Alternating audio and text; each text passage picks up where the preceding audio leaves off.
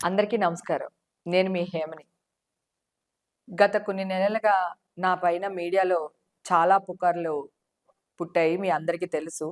Media వాళ్ళు 35 సంవత్సరాలుగా నేను సంపాదించుకున్న పరువుని ఎలా భూస్థాపితం చేశారో మీ అందరికీ తెలిసిన విషయమే.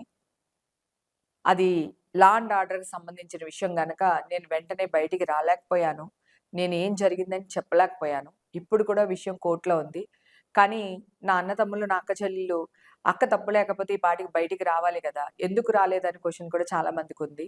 సో, కోర్టు వ్యవహారాల సంగతి మీకు తెలిసిందే గనక చాలా టైం పడుతుంది బయటికి రావడానికి. సో, వచ్చినప్పుడు నేను డెఫినిట్‌గా ఒక ప్రెస్ మీట్ పెట్టి ఏం జరిగిందనేది అనౌన్స్ చేస్తాను.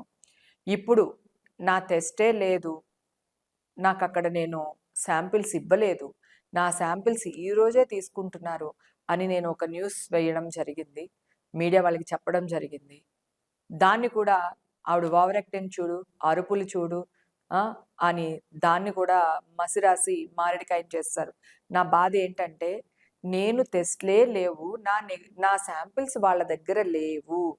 లేనప్పుడు మీరు నాకు పాజిటివ్ వచ్చిందని మీరెలా ప్రచారం చేస్తారు?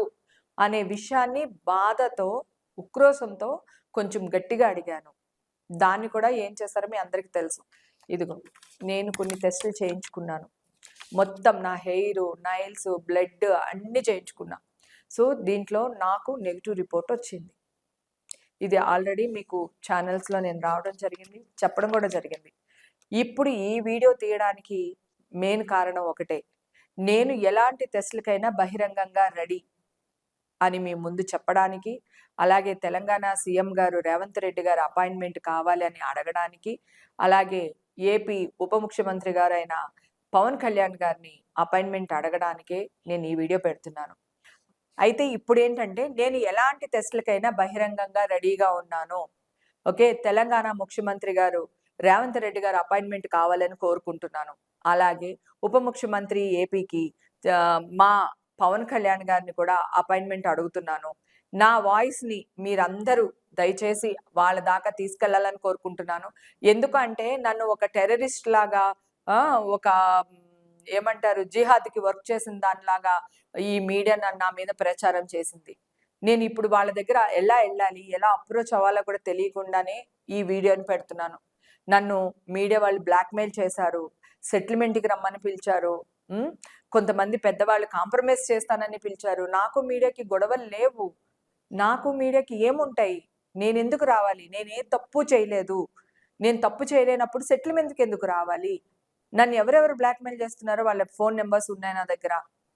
ఆ నంబర్ కూడా మీకు తొందరలోనే నేను మీకు ఎం అప్‌డేట్ చేస్తాను మీకు ఆ నంబర్‌ని. నాకు నెగెటివ్ రిపోర్ట్స్ వచ్చినియి. నన్ను నమ్మమని ఎవరిని అడగట్లేదు. ఓకే. నేను ఎలాంటి టెస్ట్‌లకైనా బహిరంగంగా రెడీగా ఉన్నానని చెప్పడానికి మాత్రమే ఈ వీడియో పెడుతున్నాను.